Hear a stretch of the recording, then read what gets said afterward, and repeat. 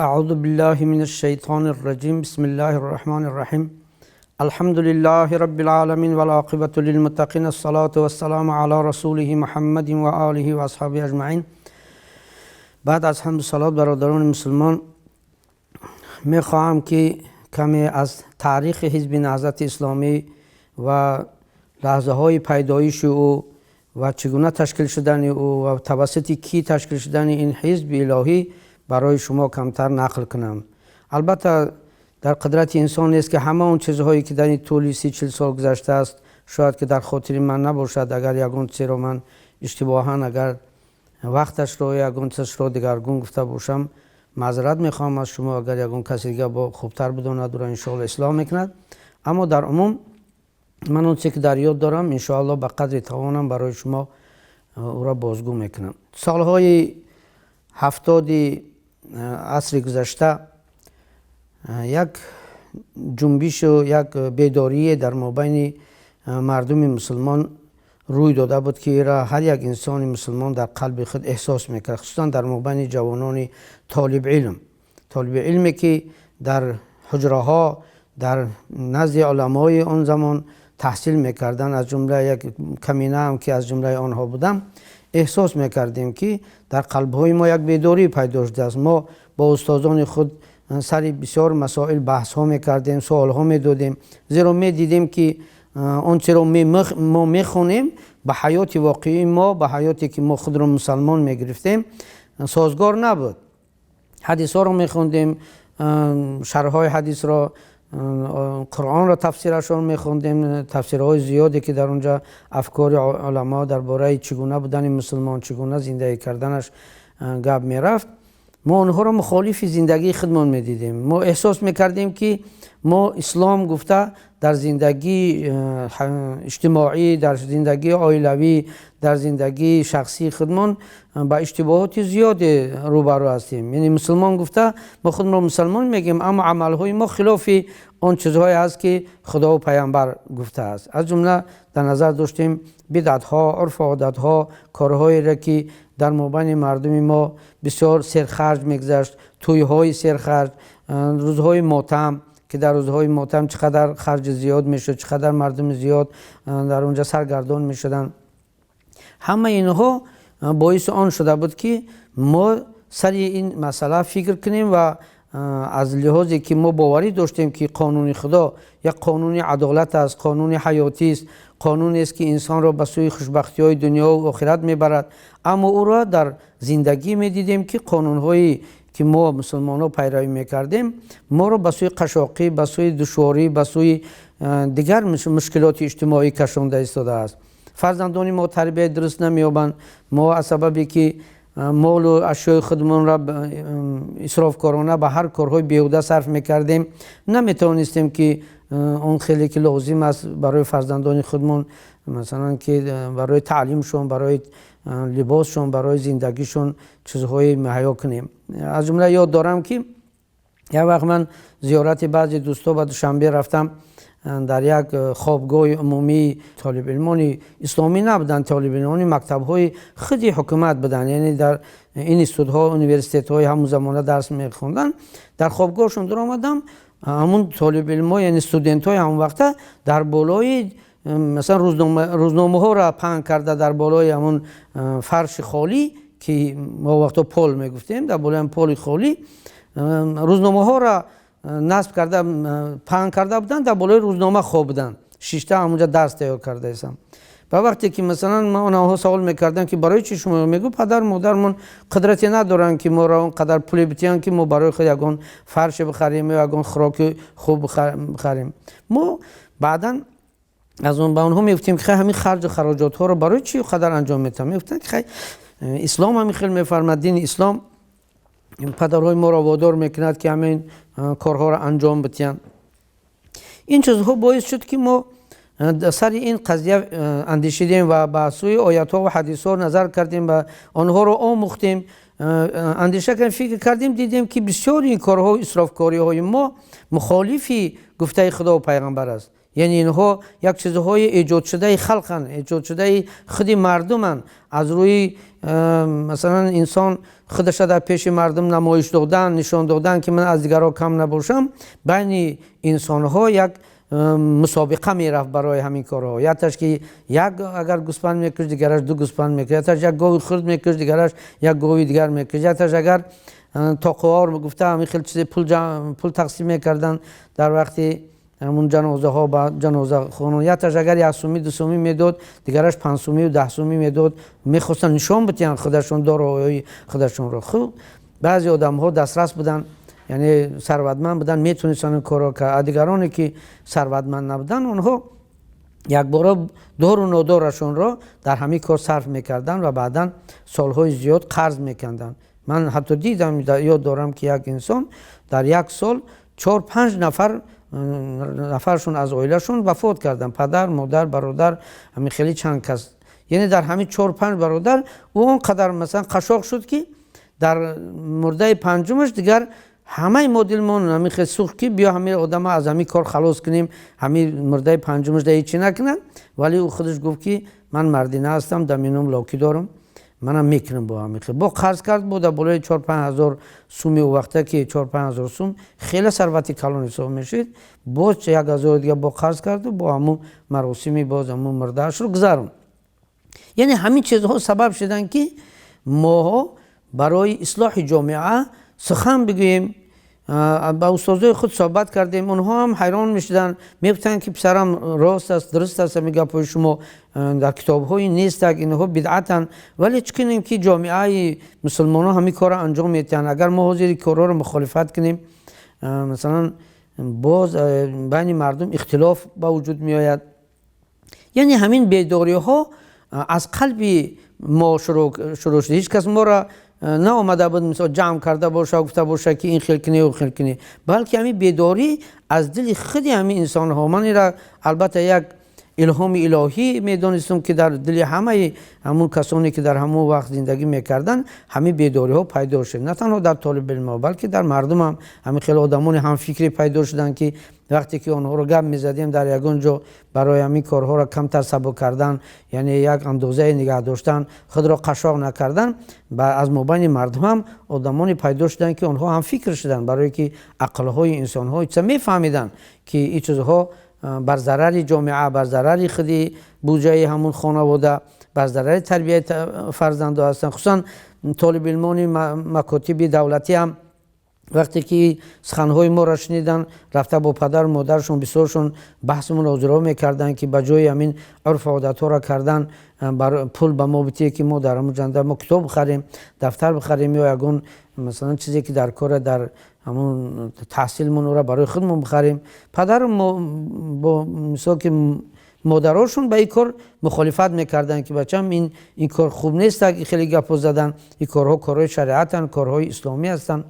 یعنی خلاصه سخن که همین بیداری ها از همین بدن عرف عادت های ضررناک و از همین کارهای میان شکنی که مردم رو به همین درجه قشاق کم بغل کرده بودن، از همین با وجود اومد که ما برای اصلاح همین کار کمر بستیم هر کدوم ما. البته ما یادگار نمیدونستیم، این نهضتی هایی که بعداً یک جور شدیم نمیدونستیم یادگار ها، اما هر کس یک نفر دو نفر در پیش هر یک عالمی که میخوندن همین خیلی یک انسان های بیدار فکر پیدا شدن که همون در هر جا از همون مثلا تشبس خودشون نشان میدادن، مبارزه میکردن، مانع میشدن، اقلا نصیحت میکردن، اعتراض میکردن بعضی وقت به قدر توانشون.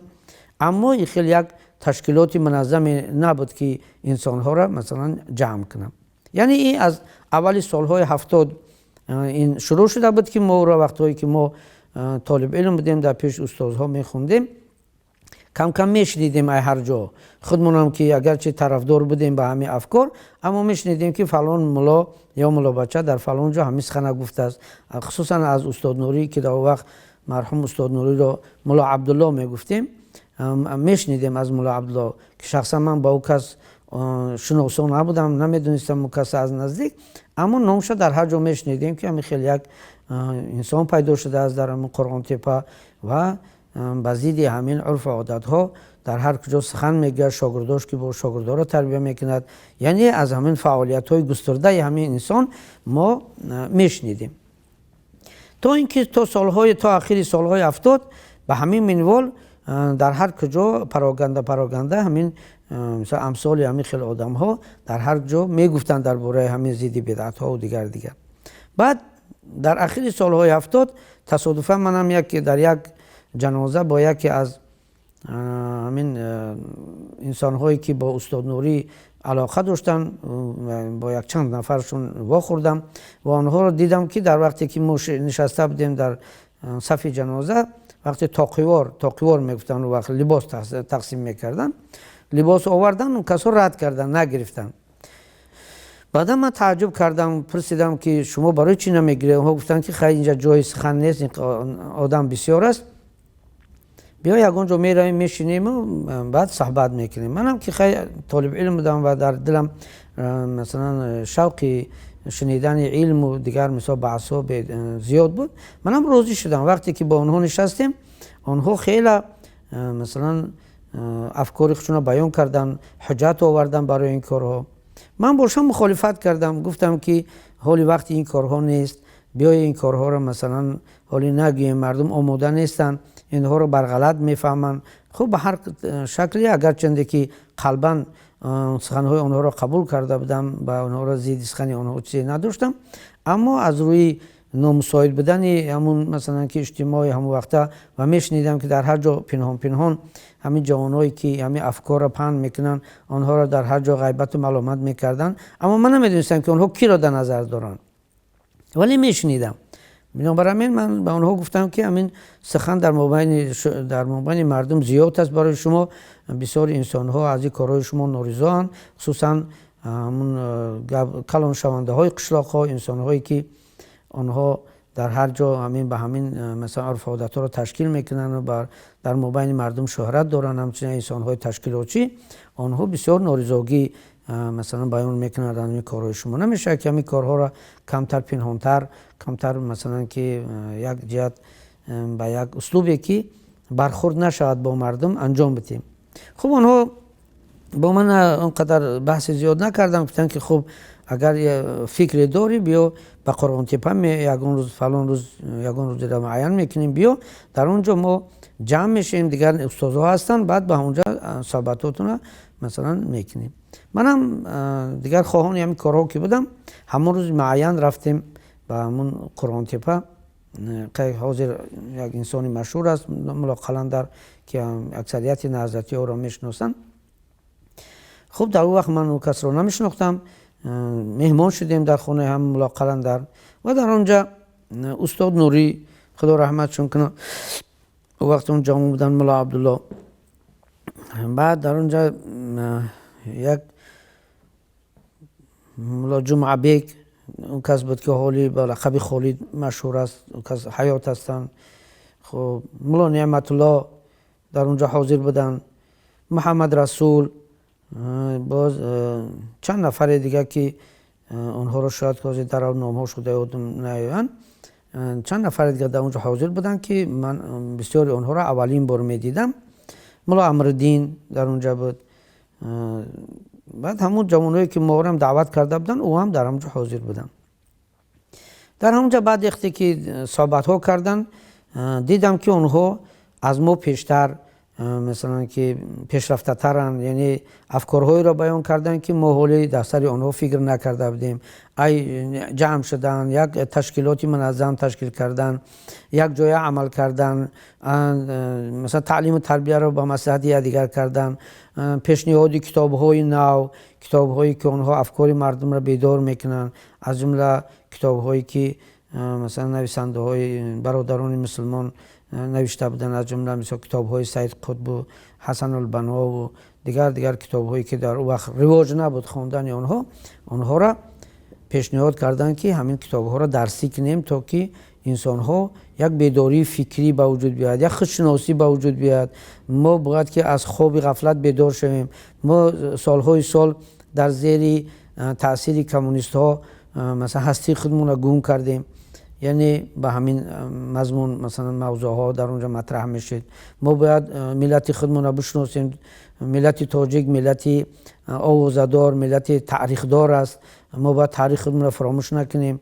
عالمان زیادی از ما بین تاجیکان با وجود اومدگان. تاریخ ما، تاریخ ادبیات ما بسیار بای است. از جمله اینا ابن سینا را نام گرفتن. دیگر مثلا عالم های که مثال از جمله اینا صحیح بخاری که از بخارا است.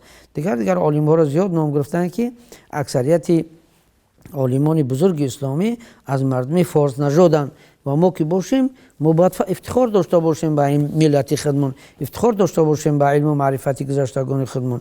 اما به یک افتخاری خشک خالی نمیشه. ما باید کوشش کنیم که خودمون عالمان شویم که مثلا در این عصر کاری کرده باشیم برای مردم، به نفع مردم، به فایده مردم، به فایده اجتماعی خودمون، به فایده ملت خودمون، که ملت ما باز از سر نوام خیلی آوازه‌دار شود، ملت ما بای به دولت باشد، دستش به یگان کار زندگیش برسد، جوانان ما تعلیم درست بگیرن. و من از همین قبیل در سعودی یگان مثلا افکاری مثلا غلط یا یگان افکاری زیدی جامعه، زیدی دولتی در اون وقت یگان چیزی مطرح نمیشد جز اصلاح جامعه به یک شکلی که همون اصلاح به نفع جامعه انجام شود. حتی یاد دارم که در اون زمان در بعضی صحبت های حتی دولتی هم بعضی راهبران حکومت در همون لحظه زیدی همین عرف و عادت ها بودن. از جمله یاد دارم یک روس در همون وقت در همون نامش فراموش کردم، در همون خیلی منصبداری کلان بود. حتی در یک جلسه حکومتی همین مسئله گوشت وقتی که در مابین گذاشتن که ما چیکار کنیم که مردم با گوشت تامین شود، و گفت که هیچ وقت تاجیکستان مسئله گوشت حل نمیشه. گفت یک فرزند تاجیک تولد میشود یک گاو نیست، بعدی که او مثلا ختنه سور میشود یک گاو دیگر میکشن، وقتی که او مثلا به عسکری میرود با یک گاو میکشن، وقتی که از یگان از اتپوسکه میگفتن وقتا، یعنی رخصتی که در مابین عسکری وقت 3 ساله بود با یک سال نیم سال پس با جواب میدادن. بعد اون میآید با یک گاو میکشن، با وقتی که از یک بار جواب میشه با یک گاو میکشن، وقتی که او زن میگیره با یک گاو میکشن. همین خیلی کار کرده، حساب کرد 6-7 گاو برای یک کودک یک اویله صرف میکنه. گو وقتی که یک اویله در یک کودکش که 7 گاو میکشه، اگر او 5 تا کودک داشته باشه 35 گاو در کار برای وای که مثلا او همون مراسمای همون کودک تا به بالغ رسیدن و تا زن گرفتنش مثلا انجام بده. پس اگه حساب کنی که در سر هر یک اویله 35 گاو در کاره، که در وقت با پولی مثال ماهانه در زمان شوروی که ما پخته میچیندیم با یک چند کیلو پخته که میچیندیم، مثلا این قدر مثلا که ثروت جمع کنی که 35 گاو رو آدم بکشه و مردم بتیه، این خیلی مثلا زحمت زیاد طلب میکرد. یعنی همون روز با عقل خود فهمیده بود که همین تاجیک‌ها هیچ وقت بوی نمیشن، هیچ وقت دارنده نمیشن، برای که خرجشون مثلا ای دخلشون زیاده. دیگر مثلا که دیگر آدمانی که در سر حکومت بودن اونها هم همین چیزها رو میفتن. اونها آدمان عاقل بودن، دانشمند بودن، اگرچه اسلام هم که نمیدونستن اما فایده دنیاشون رو میفهمیدن که کدوم کار به جامعه فایده داره، کدوم کار به جامعه فایده نداره. اما در برابر عرف و عادت مردم هیچ کار کردن نمیتونستن. آنها خودشون هم مجبور بودن که همین کارها رو انجام بدن، اگرچه که آنها کمونیست بودن، اگرچه که در عقیده کمونیستی اون وقت بسیار هم شدیداً محکوم میشد این کار، اما به هر شکل کوشش میکردن که در پیش نظر مردم هم که نباشه، دورتر از خونهشون در یک جا همون کارا به خاطر مردم انجام بدن. اما ختم ها و همون مثلا مراسم ها را میکردن برای که دستشون میرسه. اونها دورنده بودن، میفتن یک مثلا جانشین شکی هم یک گاو بخری برای در فلان جا در خونه فلان خشما همونجا همه خدایی را انجام بده که مردم نگن که فلانی مثال مادرش به خدایی گور کرد، یا که مثلا که بچه‌ش یا که خواهرش به خدایی مثلا که گور کرد. کار کرده که همه عرف عادت را حتی همون را برای کمونیست هم انجام میدادن.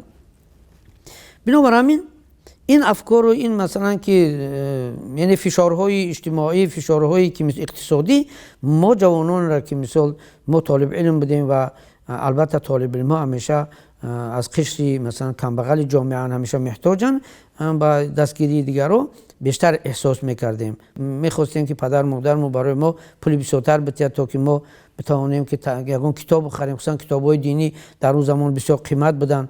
دسترس کردن بعضی کتاب‌ها حتی که امکان نداشت، بسیار به نرخ‌های گران آنها را انسان میتونست که پیدا کنه، برای که ممنوع بود آنها را آوردن. کسی جونش در سرش میپیچوند از بخارا یا از خارج یک کتاب می آورد، البته او را با پول اندک برای انسان نمیداد. مثلا یک ماهانه یک انسان 60-70 سوم بود، انسانی که اگر عادی که کار میکرد. اما مثلا یک کتاب میتونست که 700 سومونی باشد در زمان، 700 روبلی هم وقتا که، و یک سال کار میکرد یک انسان تا که یک کتاب را دسترس کنه. اما طالب علم از کجا میتونست که این مثلا که چیز را انجام بده؟ بنابراین همین فکرها ما را، شخصا من رو، یعنی پیوست کرد با این جمعیتی که آنها داشتن. یعنی به من خوش آمد که آنها این فکرها رو دارن. ما آرزو داشتیم که مثلا یک کاری اندک کنیم. یک بار وقتی که جوانان را دیدیم که آنها چقدر مثلا کارها را انجام دادن، کتاب‌های نو در تحصیلشون علاقه جا دادگیان، بسیار افکار را آنها بیان کردن که ما حتی نمیشنیدیم و چطور از استادای خودمون تصورش هم کردن نمیتونستیم. بسیار خوش شدیم که خداوند ما را به این خیلی انسان‌ها، به این خیلی جوان‌ها مثلا روبرو کردم. از اینها ما مصلحت ها گرفتیم، از اینها مثلا افکار رو مختیم. با همین ما هم قلباً با این انسان ها یک جای شدیم و هم فکر شدیم و بعدا هر کدوم ما به جای خودمون رفتیم، با به جای درس خودمون، به جای زندگی خودمون، آهسته آهسته هر کس به شکلی تنها اما در مثلا آگاهی یکدیگر، یعنی آگاهی یکدیگر را می رفتیم می دیدیم، هم صحبت می شدیم، مصلحت می کردیم، مثلا دستور می گرفتیم. اگرچه دستوری همچون راهبر هم که نبودن، اما که آنها که از ما بیشتر می دونستن، استاد نوری خدا رحمتشون کنه، یعنی بعضی مشکلات خودمون را بیان میکردیم. اون کسا به قدر تواناییشون برای ما مصلحت می دادن که ما باید چه خیل برخورد کنیم، چه خیل کنیم. گفتم باید یک چیز نکته را باید بیان کنم که پیش از ما هم یک نسلی پیش از ما که استادای ما بودن، از جمله دامل حکمت الله، ملا عصام الدین خدا رحمتشون، ملا توکل، دیگر ملاهایی که در همون زمان ملا قیام الدین میگفتن، ملا سعید رحمان، دیگر ملاهای از ما کلانسال که آنها در سن سال با استادهای ما برابر بودن، میشنیدیم که یک وقتی یک 15 سال پیشتر از ما به همین مثلا که اصلاح جامعه کمر بسته بودن. آنها هم در مابین مردم برآمدها کردن، مردم را به سوی کم کردن همین خراجات ها دعوت کردن. اما مردم که به مقابل آنها که برخواستن و دیدن که فشارها زیاد شدن، آنها آهسته آهسته از مثلا حرکت باز موندن، دیگه دعوت نکردن. ما اون چیزها را شنیده با پیش آنها رفتیم، با پیش استادای کلانم، از آنها مصلحت میپرسیدیم. بعضی آنها مصلحت نمیدادن، میگفتن در کار نیست همین کارها نکنید، شما را مثلا از جامعه طرد میکنن، شما را دیوانه میگن، شما را مثلا که با دیگر نامها عیبدار میکنن که در وقتا خوشبختانه حال نام وهابی نبود. اما مثلا ملای نو، ملاهای مثلا که دیگر گفته تحقیر میکردن، اما آدمانی که به همین افکارها را در هر جا مثلا پهن میکردن. اما ما با یک مثلا که شوق و ذوق گوش میکردیم و آرزو داشتیم که میلش در این راه اگر ما را هر قدر اگر سخنم که بگن ما این کارها را انجام میتیم ان شاء الله گفته به خود قصد میکردیم. این مرحله اولی شناسایی ما با استاد نوری و با آدم‌های حرکی که در اون زمان حرکی بودن و حرکت این نظام این حرکت الهی را که پایه‌ریزی کرده بودن، این بود مثلا مرحله اول شناسایی ما.